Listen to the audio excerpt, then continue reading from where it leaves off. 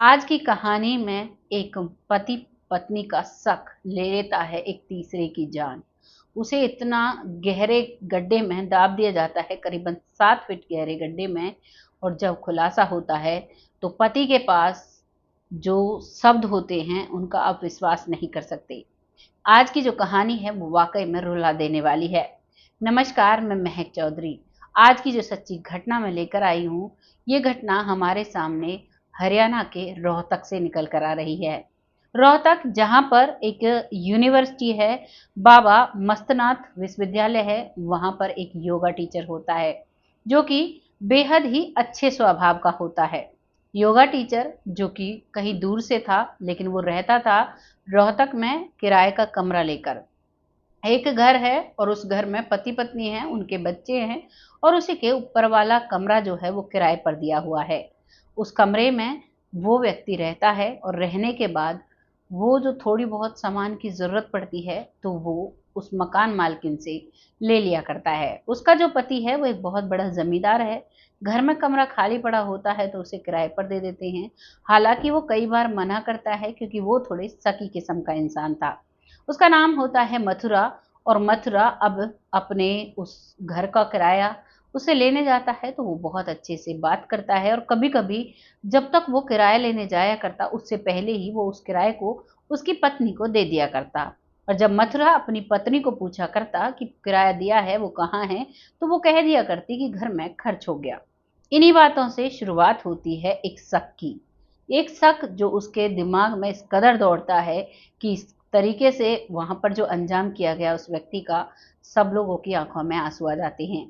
धीरे-धीरे यही सिलसिला चला। महीने बीते, महीने से साल बीते, और करीबन 1.5 साल हो जाते हैं उस व्यक्ति को यहाँ रहते-रहते, जिसका नाम होता है आज़ाद। आज़ाद एक योगा टीचर है और वो उस घर में रहता है। और वहाँ पर जो मकान मालकिन है वो उससे बहुत हंस-हंस कर नॉर्मल बात किया करता। ज़रूरी नहीं कि हर कोई हंसकर बात करता है तो उनके बीच में गलत संबंध हो या फिर कोई गलत चीज़ हो, गलत रिश्ता हो, जो सामाजिक नहीं हो। ये सारी चीज़ें कहीं-कहीं इंसान को गलत प्रूव कर देती हैं। आज की कहानी में कुछ ऐसा ही हुआ है। अब वो लोग सभी बहुत मिल-जुल कर रहते हैं। जो उस घर की मकान मालकिन थी, यानी कि जो ज़िम्मेदार व्यक्ति था, जिसके जो मथुरा था, जिसके बहुत सारे खेत थे, वो बहुत शकी टाइप का था और वो महिला, उसकी पत्नी, बहुत खुले मिजाज की थी।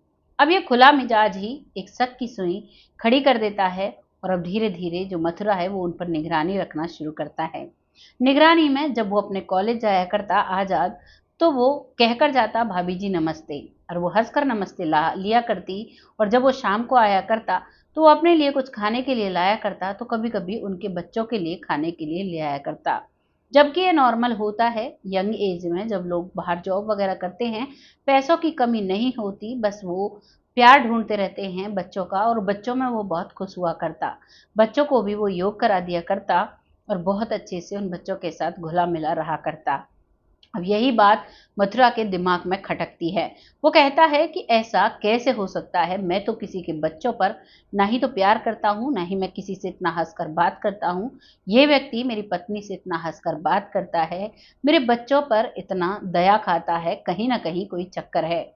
और इस बात को वो अपने दोस्त शाम से बात करने लगता है, और वो भी उसी दिमाग का निकलता है। वो भी उसे एक पल के लिए नहीं समझाता है कि भाई, ऐसा नहीं होता, जब तक तुम्हारे हाथ में कोई सबूत नहीं है तुम ऐसा क्यों कह सकते हो। वो भी कहता है, हो सकता है आजकल पराई औरत सबको अच्छी लगती है, हो सकता है ये तुम्हारी पत्नी पर डोरे डाल रहा हो और इनके बीच में कोई प्रेम चल रहा हो, या कुछ भी हो सकता है। दोनों इसी नतीजे तक पहुंचते हैं। दोनों शराब पिया करते थे, और अब शाम के वक्त ही अब दोनों मिलकर प्लान बनाते हैं। सुबह होती है, सुबह वो घर जाते हैं, और जो किराएदार था, उस दिन संडे होता है, उससे कहता है कि मुझे बोरवेल कराना है, क्या तुम मेरी मदद कर सकते हो? वैसे तो मैंने लोगों को लगा रखा है, पर मेरी सलाह ये है कि हम तीनों मिलकर इसको खोद देते हैं।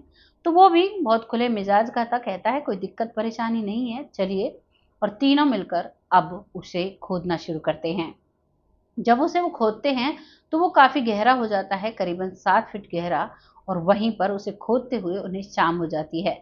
इस बात का अंदाज़ा गाँव में किसी को भी नहीं था, और अब वो वहीं पर उनके खेतों पर जैसे एक कमरा सा बना रहता है जिसमें बिजली की पानी की मोटर लगी रहती है, क्योंकि गांव में से खेतों में से मोटरें बहुत चोरी होती हैं। तभी से कोठरा बोलते हैं या एक कमरा कह सकते हो। उसमें वो उसे ले जाते हैं और कहते हैं चलो थोड़ी देर आराम करते हैं। और उसमें जाकर अब वो एक टेप से उसका मुंह बांधते हैं, उसके दोनों हाथों को पीछे की तरफ बांधते हैं और उसके पैरों को बांधते हैं और उसे उस गड्ढे में डाल देते हैं और दोनों मिलकर अब उस गड्ढे को बंद कर देते हैं। पूरी रात निकल जाती है, उसकी पत्नी इंतजार करती है कि ये आए नहीं, और किराएदार का उसे पता ही नहीं था वो कहाँ गया कहाँ नहीं गया, क्योंकि जब वो आया था तो वो अपने घर काम में लगी हुई थी और इसी बात का फायदा उठाया मथुरा ने। अब वहां से वो उसे शाम को जब पत्नी इंतजार कर रही थी, पति नहीं आता है, वो फोन करती है तो वो फोन उठाता है और कहता है कि मैं तो आज खेतों पर ही रुक गया हूँ, खेतों में पानी जो लगाना है, तुम चिंता मत करो, तुम सो जाओ, मैं सुबह आ जाऊंगा। वो अपनी पत्नी से भी इस तरीके से कह देता है और अब सुबह हो जाती है, वो सुबह आते हैं। तभी उसकी पत्नी कहती है कि जो ये आजाद था आज आया नहीं, पता नहीं कहाँ चला गया, इसके कमरे का लॉक लगा हुआ है, कोई लाइट वाइट भी जली हुई है, पता नहीं चल रहा क्या हुआ। वो कहता है तुम्हें क्या मतलब है किसी पराये मर्द से, जो भी हो रहा है ठीक है, आ जाएगा जब उसको आना होगा। इग्नोर करके ऐसी बातें कह के नहा धोकर वो सो जाता है। लगभग 10 दिनों तक जब जो आजाद था उसके घर वालों का कॉल आता है और कॉल लगता नहीं है, तो क्योंकि वो फोन भी उसका उसी में उसी के कपड़ों के साथ उसी के गड्ढे में उसी में दाब दिया था। अब फोन नहीं लगता है, उन्हें एड्रेस पता था, तो 10 दिन बाद वो घर वाले वहां पर आते हैं और कहते हैं आजाद घर नहीं पहुंचा, क्या यहाँ भी नहीं आया? तो दोनों पति पत्नी साफ मना कर देते हैं।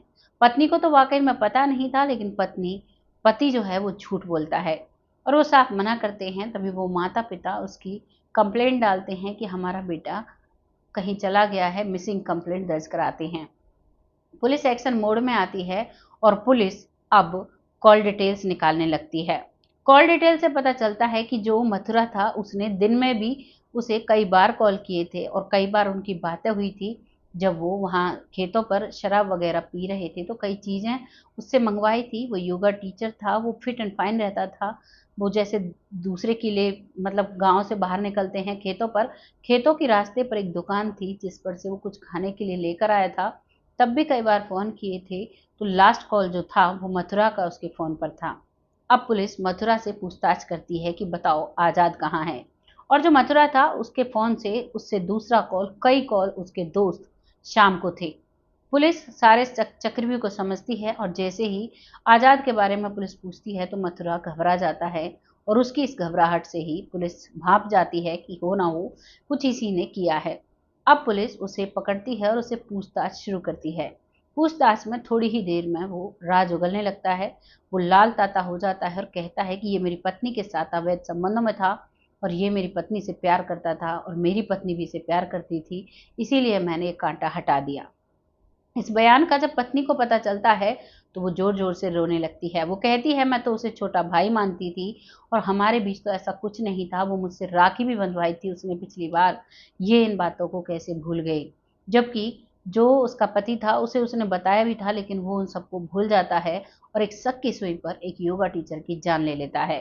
पुलिस को जगह बताई जाती है, पुलिस वहां से जेसीबी से खुदवाती है और वहां से उसकी डेड बॉडी को निकाल कर पोस्टमार्टम कराती है। तो पोस्टमार्टम में दम घुटने की वजह से उसकी जान गई थी और यहाँ पर उसे अब सजा हो जाती है, जो मथुरा होता है, और उसकी पत्नी अकेली रह जाती है। बताइए इसमें किसका दोष था?